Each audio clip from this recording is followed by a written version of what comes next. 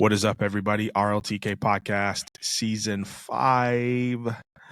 Jordan here, chilling with my boy Chris. Chris, what is going on?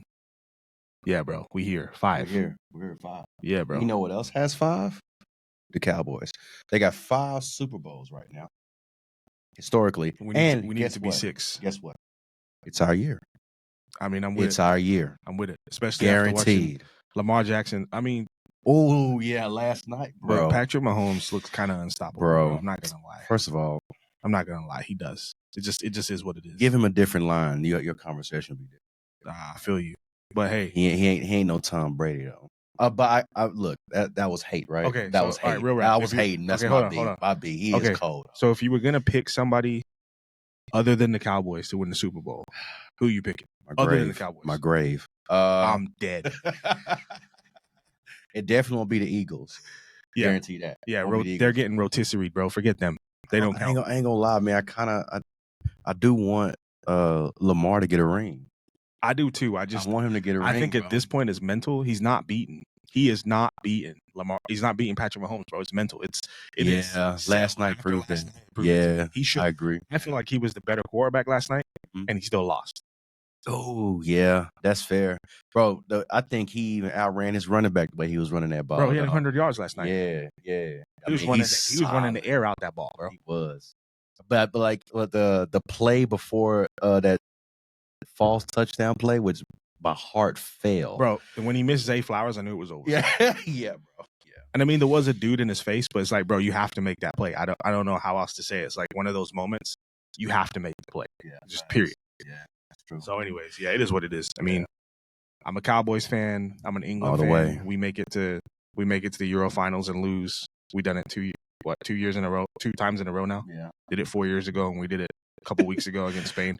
So I'm a Man United fan. We be getting trashed in the Premier League right now. Like I'm in sports purgatory, bro. Yeah. Rangers are garbage right now. Well, they won last. Did they win last Bro, night? they're not. I don't even think they're gonna make the playoffs, bro. The Mavs breaking our hearts. Well, We're in Mavs, sports purgatory. bro, Mavs pissed me off last year, dog. Like Facts. that could have been our. That hurt, bro. Yeah, it did. I mean, but Luka was wilding, bro. He needs to get in the gym, Yeah, get that baby fat off, come back looking like Michael Jordan did when he got in the gym, and give everybody that work. That's what needs to happen. yeah. I think last year was a new level for Luka.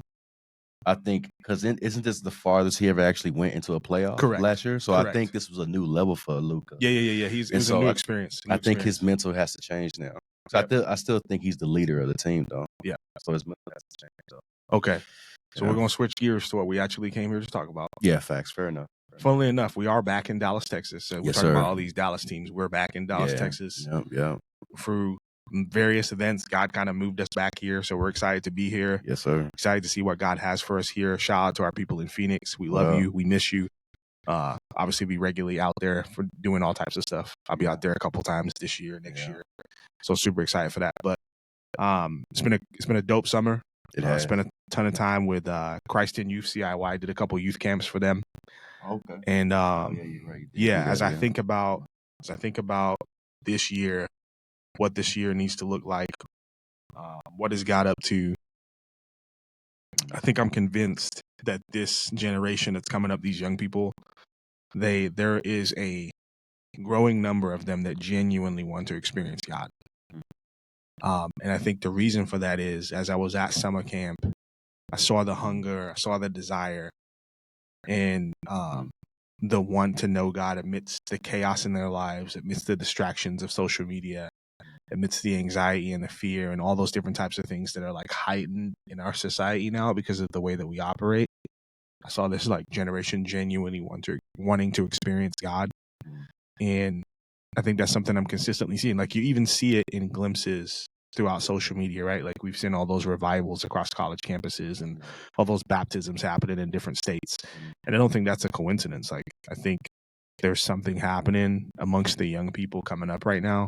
And I think the thing that I really want to explore on this podcast is like, what does it look like for us as leaders in their lives, mentors, parents, pastors, coaches? What does it look like for us to like stoke that flame, to fan that flame in that direction where so they can know Christ in the way that they need to know him in their generation? And I think I say that intentionally because the way that they know him and the way that they serve him and the way that they worship him is going to look different from how we did it because they're shaped by different things, right? Yeah. And so as I think about summer camp, I got the honor of running Spiritual Formation Society, right? And Spiritual Formation Society was this time basically early in the morning when we came together, and I had these prompts, and we would read scripture slowly, we would pray together, and then there would be these prompt actions that I would have them take, like go consider the birds, go consider the trees, consider the words that Jesus says here, and then ask him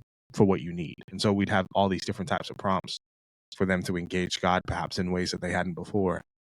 And like hundreds of kids showed up, bro. Yeah. Which is incredibly, it's awesome. It's incredible. But it was surprising to me because I'm like, okay, when you do something at 7 a.m. in the morning, you know what I'm saying, at a summer camp, there's not going to be a bunch of kids that show up. Bro, at both camps, I was at camp in Oregon, and then I was at camp in, where was the first? The first camp was in Arizona, right? Okay. It was in Flagstaff. Okay. So Flagstaff, and then in those mountains? Newberg, Oregon. Okay. And in both cases, hundreds of kids showed up. And they showed up all week too. Really? It wasn't like they just showed up for a little bit. They literally showed up all week, bro. It was dope, it was crazy to me. And so like it showed me the consistency, the hunger, the desire that is in them to know God, to understand him, to grow in him, and then like just being willing to do that. It was cool. That's dope, man. I miss seeing stuff like that. Especially when we was back in college. I mean, we used to see stuff like that all the time. College days? Yeah, college days was crazy, bro. But I think that's just like, you know, I mean, it's a separate conversation, but like this is beyond theological understanding. This is a spiritual movement, right? This is something that God is doing outside of what we think of him. Mm-hmm. He's doing things on his own time, own movement, right? And so like this is amazing how he just pulls people into this natural desire for eternal life, right? Because I do think that we desire eternal life. Rather you're a non-believer or a believer, I think the soul just longs for eternity. Yeah, something transcendent, something more than what you presently grasping at, right? Like nothing feels like it's enough. Exactly. Nothing fills the void. Exactly. Like for a moment there's pleasure, for a moment there's some kind of contentment or satisfaction or whatever we want to call it. It's like for a second, right? Yep. And then it's gone. Yep. Like you've seen it and then it's escaped you. Exactly. And it leaves you longing for more of that, right? Exactly. Yep. I think that's something only really Christ can provide, because I think because when I hear people talk about experience, like experience is an interesting idea, because what are you really trying to experience? Right? Yeah, in order to experience, you have to be trying to experience something. Right, exactly. Like, yeah, that's good. What are you trying to find in the experiences in this life? Because I don't think life gives you the experience that you think it's going to give, right? We both have experienced and crossed the paths of people that have lived life way longer than we have, and they're beyond damage, right? They're like, life has done a number on them. That's right? good. Because they want to experience life. And sometimes life is just unfortunate. Things happens to us and we can't explain it. But I think like this longing to experience this life, to be open to new things, to learn new things. I think it's a soul hunger for something more profound. And from my understanding, because I mean, even though we're in our 30s, getting old. I know, right? But we've experienced a bit of the world. Now, we was in our depraved state, and we're still hung up on the stuff that we struggled with, or that we still are hung up on the things that did some numbers on it. That's true. And so I think experience. But I think too, like, even to add to that, right? I think this is important. Like, so being a married man, being a man who has kids, being a man who has a wife, and I love, shout out to my kids, shout out to my beautiful wife, shout out to my kids, they're awesome. I'm like so grateful for them to God. But even having them isn't enough. You get what? Yeah, Like, I get and you. people might be Yeah, like, I "What?" get you. Like Yeah, it's not enough, bro. Like yeah, it still doesn't feel yep, the void yep, that's in my soul. It yep. doesn't. Mm-hmm. The only thing, the only one that Yeah, can do it is Christ. yeah. That's true, but we have to dive into what that actually means, right? And I think that's like, what does it mean that Christ is the only one? Like, what does that mean that he's the only one that can fulfill the void? Because church has been saying that for decades, right? Yeah. And like, there's this hole in our hearts that we're trying to fill So up. the And way I would you explain know, it logically, right, is Ecclesiastes 4:11, right? Eternity has been put into the heart of man, right? yeah, And like I can't remember what the second part is, but it's basically about I think it's about our difficulty to comprehend what that means. yeah, And so yeah, I think in a very real sense, the only thing that is like that eternity is God, right? Like in him we live and move and have our being, right? And so like it's the only eternal being, so to speak, that's yes, always existed and always will exist is God. And it can only be one of those, right? yeah, So only one being can fill that void. So if that yeah, void exists inside of man, which I think is what the text is saying, yes, then by nature of that void being eternal and God being the only one that is eternal, yep, it has to be God that fills that void. yep, Nothing else can, right? yep, It's mhm, the God shaped hole, as they put it. But yep, logically speaking, mhm, that's why it is so. yep, Because yeah, God is God and He is eternal. And if the void is eternal, there's mhm, only one eternal thing. There can only be, there's only yeah. room for one eternal thing, I right? And that's agree God. 100%. Yeah. So it has to be God that fills it. Yeah. No, I agree 100%. And I'm glad you explained that because we get to the core of the conversation, right? Because you said that, and which I agree with you, right? There is a longing in Gen Z um, to know something more profound, to know truth.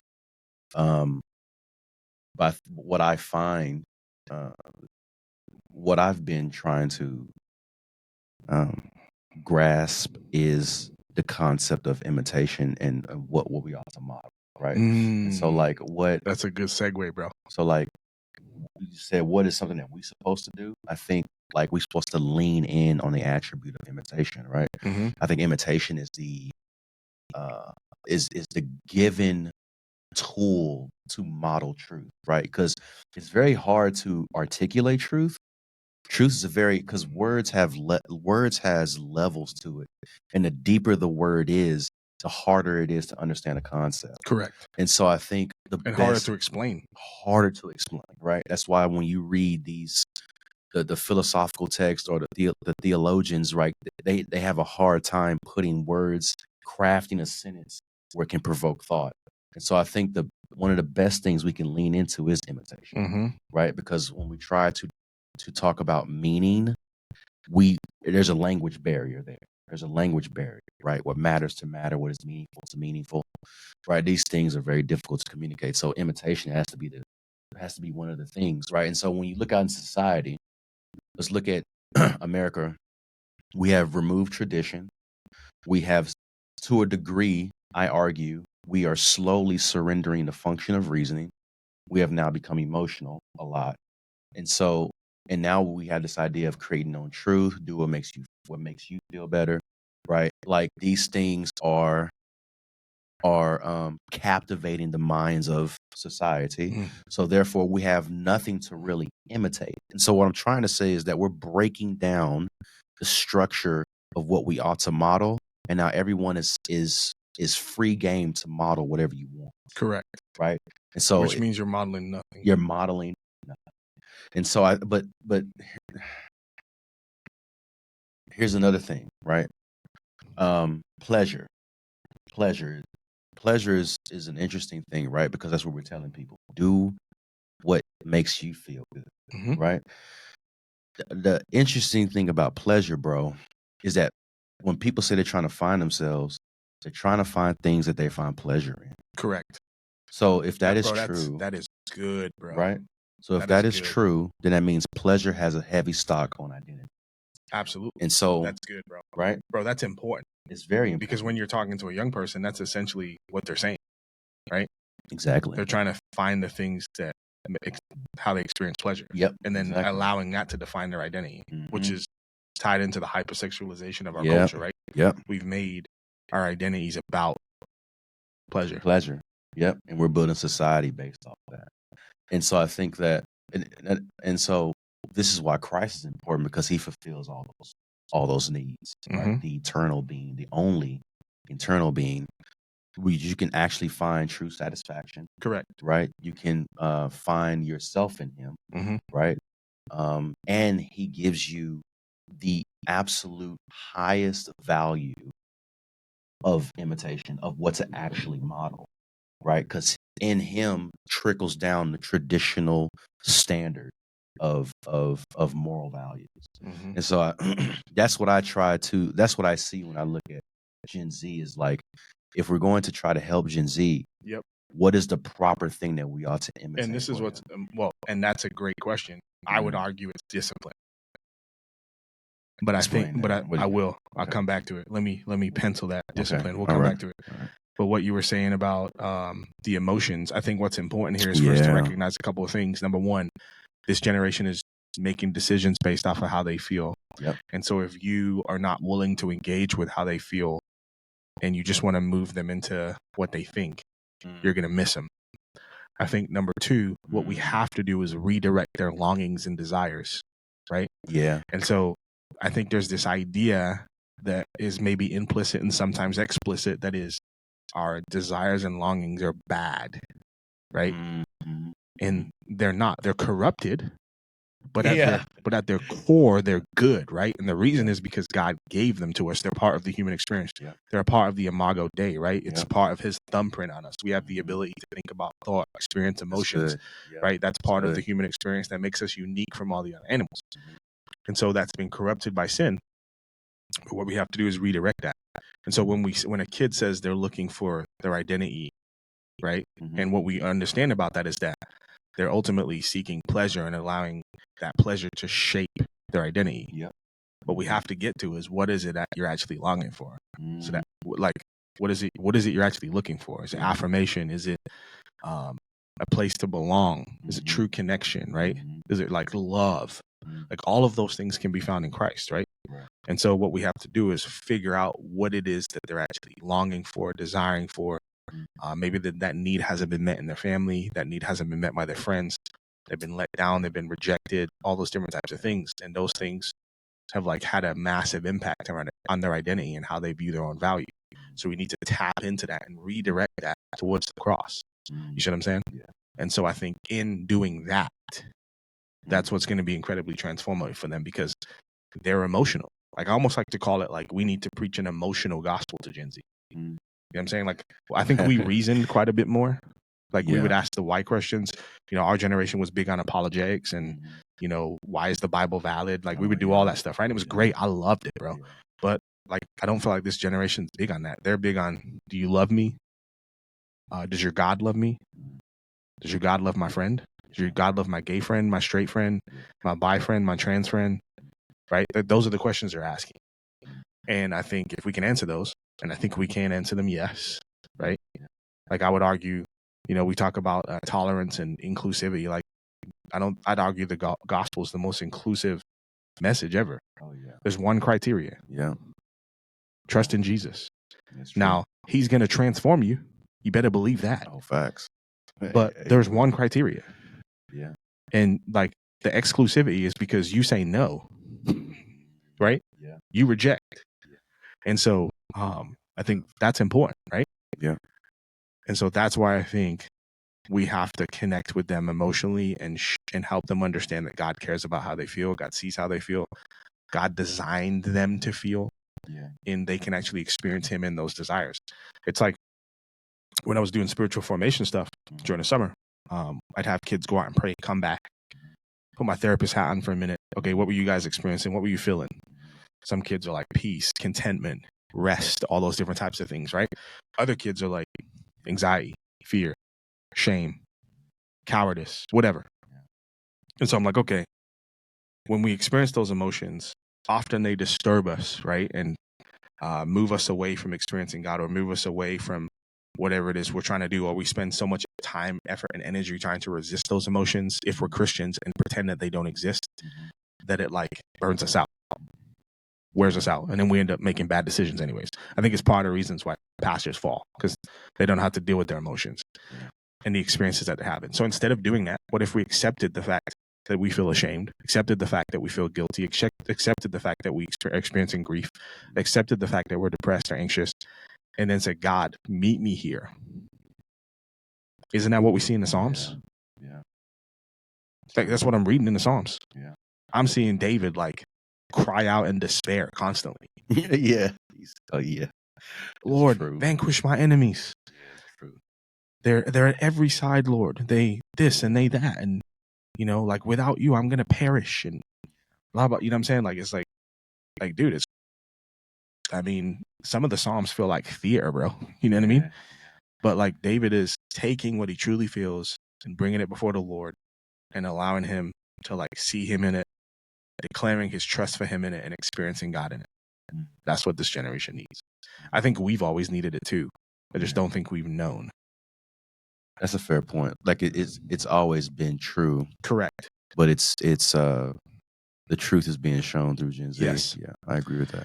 So the reason why I said discipline is because I think in a world where the new normal is to throw off all restraint and to engage in any type of pleasure that you see fit, a man or a woman who lives a disciplined, restrained life for the sake of the gospel is going to look so different. It's going to be very compelling. I agree. And so I think like what Gen Z needs to see is a disciplined Christian life, like consistent in prayer, consistent in reading the word, consistent in being transparent, confessing sin, being vulnerable, consistent in, hey, I don't just, and this is important for us as youth leaders, right? Like oftentimes because we do the work of ministry professionally, we don't do it because we love Jesus. Yeah. So like I'm not out preaching the gospel or talking to the homeless or engaging with people outside of what it is that I do professionally, because I feel like me doing it professionally makes up for everything. Yeah. Right. When like, I mean, in my personal opinion, some of the most beautiful days as a Christian was when I did things for God with no obligation to anything else. Yeah. There was no paycheck. Actually. There was no paycheck connected to it. It's the best. There was actually. no like nothing. I just did it because I loved God and wanted people to know about him, and that's it. That's it. And let's keep it a stack, right? Yeah. When you get into ministry, and I'm not saying that this is bad, I'm saying this is a complexity that we have to wrestle with. When you get into ministry and you get a paycheck and it's your job, it makes things a little cloudy, bro. By nature of like, I think our corruption and struggle with sin, like it just makes things a little bit more difficult. And so sometimes you do stuff out of obligation and not because like, yo, I just want to be with God. Yeah, you know what I mean? Yeah, the duty of the good gets clouded. Yeah, and so like, I think that the line that treads between all that is discipline, right? Yeah. And so being consistent, showing up in like, in spite of what I'm experiencing, whether it's incredible times with God or dry as all get out, right? I don't know where he's at. I don't know where did dude go? Like he up and left. You know what I'm saying? The rapture happened and I wasn't a part of it. Like that's how I'm feeling right now. You know what I'm saying? Or like, yo, he is with me right now. I can move mountains. I can walk through this wall in faith right now. You know what I'm saying? Yeah. And so like walking through that and young people seeing you walk through that and seeing you be consistent. Because once again, it's like, okay, you're telling me about this Jesus. How's he transform your life? Yeah. How's your life look different? I see somebody who's anxious, running around constantly, can't pay attention to me, isn't really listening to me every time I talk to them, might not even know my name. You know what I'm saying? And so, and once again, this isn't me trying to shame youth leaders or youth pastors. This is me saying, like, I'm a part of the problem too. Yeah. And we have to figure out how to be like present and disciplined together for the sake of this generation, because I think they need to see it, bro. You know what I'm saying? They need to see it, taste it, touch it. And part of that is going to be through the way that we imitate Christ for them. Yeah, I agree. It's fascinating because even when I'm out, bro, I'm talking to people, and you know, sometimes when you're in the car with somebody or when you talk to people, there are people that just pour out their lives to you. You don't even bro. Why, bro? Sometimes, bro, that is Yeah, so man. frustrating. By the way, I'm like, God, leave me alone, bro. I don't want to be doing this right now. It's like, nope, you're gonna bro. witness to this person. Like, bro, Stop yeah, it. it's insane, and it is. Now I'm not in ministry anymore like I used to be, and it is not being in ministry. It showed me a different perspective of how to communicate to the world, Mm. right? Um, because it's all I hear is pain and suffering, right? Mm. And then they build their philosophies off of that Yep. ideal, Off their experiences. off their experiences. What else do they have? Yeah, really nothing No, else. they're not Yeah. looking at anything And transcendent. then they're forced to create truth. That's the interesting part, man. Is that That's good, bro. right? That That is good. To survive. You have to create You a have particular. to. Yeah, you got to create it, right? If you want to move forward, right? I mean, you're gonna unalive yourself if you don't. Yeah, sadly, and or you're just going to be stuck in your room, right? But I think like communicating the gospel is it's no longer because you remember we used to be in the house Mm-hmm. and we was like, hey, here's a cup. Explain the gospel to me. Bro, that was so much fun, bro. So much fun. Remember? Bro, we used to do some corny stuff, bro. I swear. Corny, dog. It was, But I bro. miss it. I'm not gonna lie. Yeah, me too. Sometimes I miss that bubble. But I think like I it has shown me to communicate the gospel a little bit more differently, Mm. right? How I see the cross now, how I see Christ, how I see life is just it's totally different, bro. So like mainly when you argue people with about the scriptures and gospels, man, what they really do is they come from the idea of like, well, I suffer too. I was abused too. I struggle too. If God is this level of good, why does he allows this? Like they ask these questions that you really can't answer, but Christ really gives a very precise, accurate solution, and is how he approached the moral dilemma, right? So a lot of the problem of evil. the problem with evil. Yeah, I think he solved it on the cross, and I agree. Right, he built the bridge back to moral good, right? Even though, like, so for how do I explain this? See, now we're at the place where we don't have the particular language to explain it. I think like there's the social construct that we live under, and we create any rules we want based off how it makes us feel or particular data or the collective, right? Yep. The social constructives, they will say that knowledge comes through the relations of society, right? So therefore, that means that meaning itself is shaped by society. It's not shaped by Christ. And so, right, and so now meaning in society is shaped by the collective of society. And so now we're caught in a trap. Yeah. Right. We're not really in the realm of what can be seen as true. Right. We're trapped in our own demise in our own mind. And this goes with helping Gen Z out because we have to help them see past the social construction of how we design. See past themselves. Right? And so what are the things that has been given to us outside of our own choices and will and reason? And when I see those things, I look at gender, right? The sex of the person, consciousness, soul, mind, the way you think, the essence of you, right?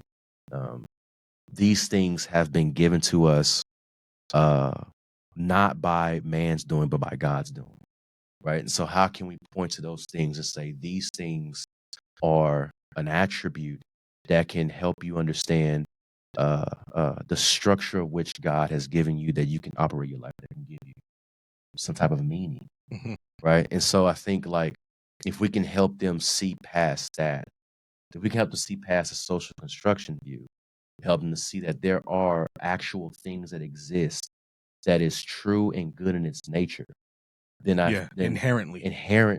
Yes. Inherent nature. Yes. You get what I'm saying? Yeah, so you're getting back. Yeah, and I agree with you. And I would say the reason why Gen Z doesn't see things, I'm convinced they don't see the world as inherently good. And I think the reason for that is technology. Yes. And so, Yeah. for example, the Yeah. iPhone, right? So, or whatever phone, Mm-hmm. smartphone, Yeah. right? My point is this: when you get on that phone and you go on social media or you look at the news and you see all the bad things that are constantly happening in our world, Mm-hmm.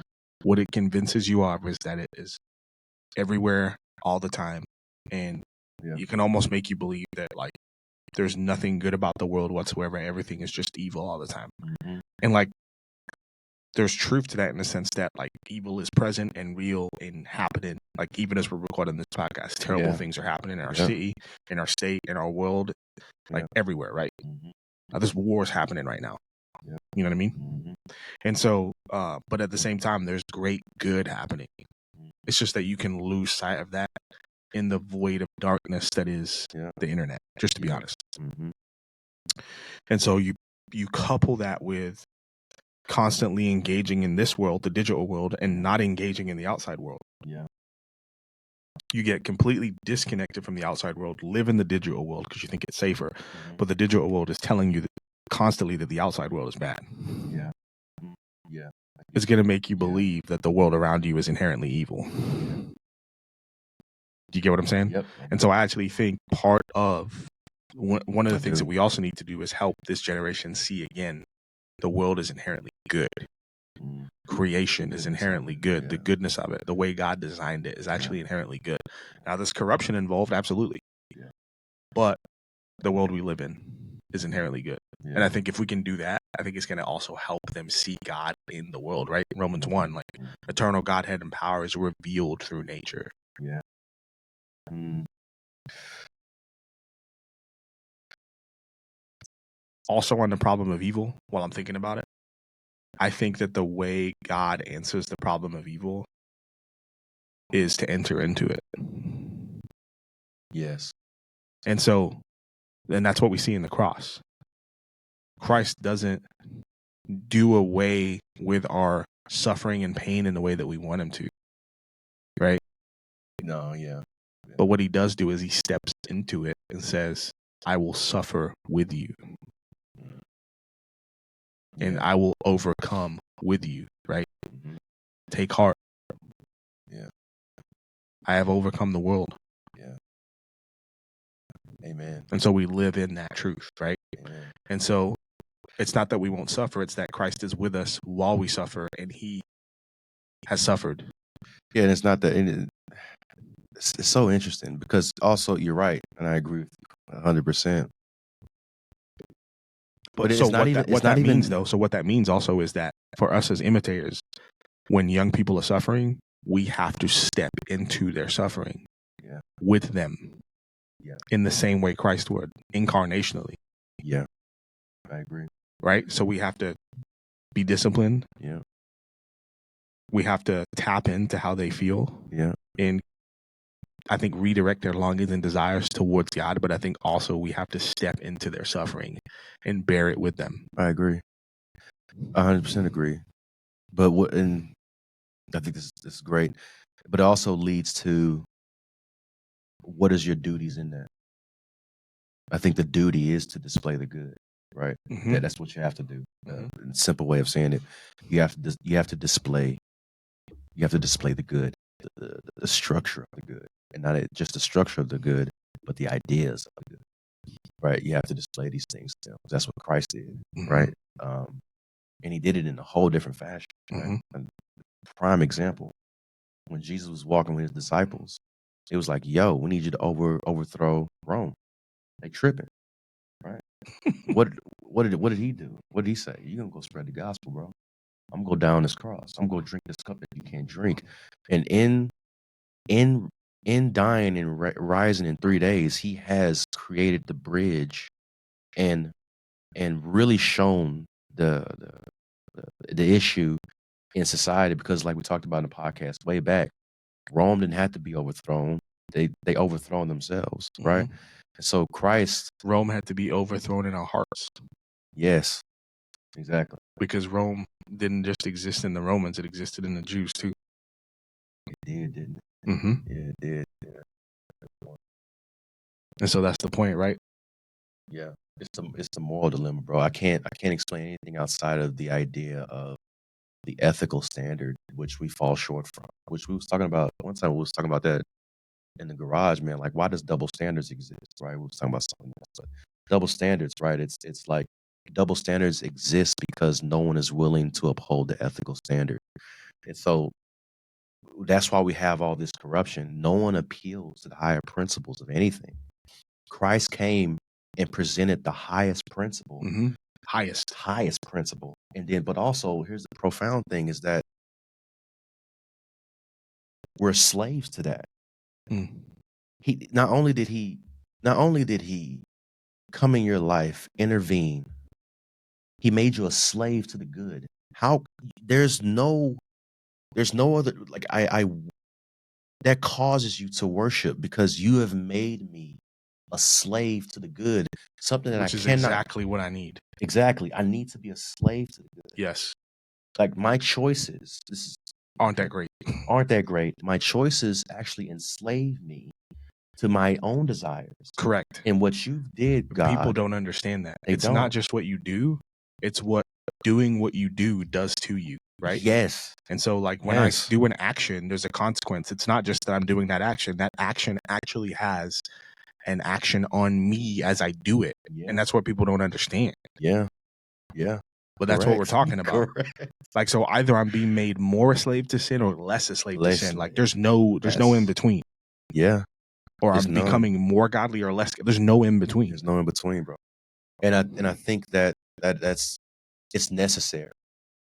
It's necessary. The same way you have to discipline your kids, God has to discipline us in the same way. Correct. And this is why we worship him. It's because, God, you have made me a slave to the good. Thank you, because I couldn't do it on my own. There's nothing I can do that can make me. I can't enslave myself to the nature of good. I can talk about the good. I can philosophize about the good. I can observe the good. But how can I enter in? Yeah, how do I change my nature? How do I change my nature? I can't. I can't do that. But you can. But you can. And I think that is something that we have to show Gen Z, is that, and this is why we have to show we struggle. That's good, bro. Right? Because we need them to see that it's Christ that does the work. It's Christ. It's actually not my discipline. My discipline is a response to the goodness of God. Exactly. That's good, bro. Exactly. And that's why modeling and the nature of imitation is very. But that's also, like you said, important. why it's important not for me to just display my trophy case, but my toilet seat too. My failures, right? Yeah. Because they need to know, hey, this isn't because I'm just really good at willpowering it. No, it's because God is actively transforming me. Yeah. And he can do the same for you. Yeah. That's good, bro. Yeah. I think that's a good place to put a fork in it. I'm down with that. Okay. I'm down. Well, could have went 2 more hours. Bro, we could probably go much longer. Oh man, I want to. So I think we was actually getting somewhere. Bro, you said that? You always say that. I know, but I think it's true, man. I think I know we have to we're gonna end it, but I think that this is why conversations are important. Yep. Because and it's why conversation with young people is important. Yeah, it's true. Because you have to get somewhere, and like I said earlier, it's very hard to communicate meaning. It's very hard to try to weed it out, and this is why the philosophers took decades to understand one idea. You know what I mean, it's good. Yeah. All right, y'all. Well, season 5, episode 1 in the books. Like we always say, it's the beginning of the conversation, not the end. Yes, sir. Questions, comments, concerns, you know where to find us. We love you. Subscribe, man. Yep. Subscribe. Share the news, Share this man. with somebody who you think it'd be beneficial to, a youth leader, a parent, a coach, a friend, a pastor who is wrestling with the same things. We love you guys. We'll talk to you soon. Peace.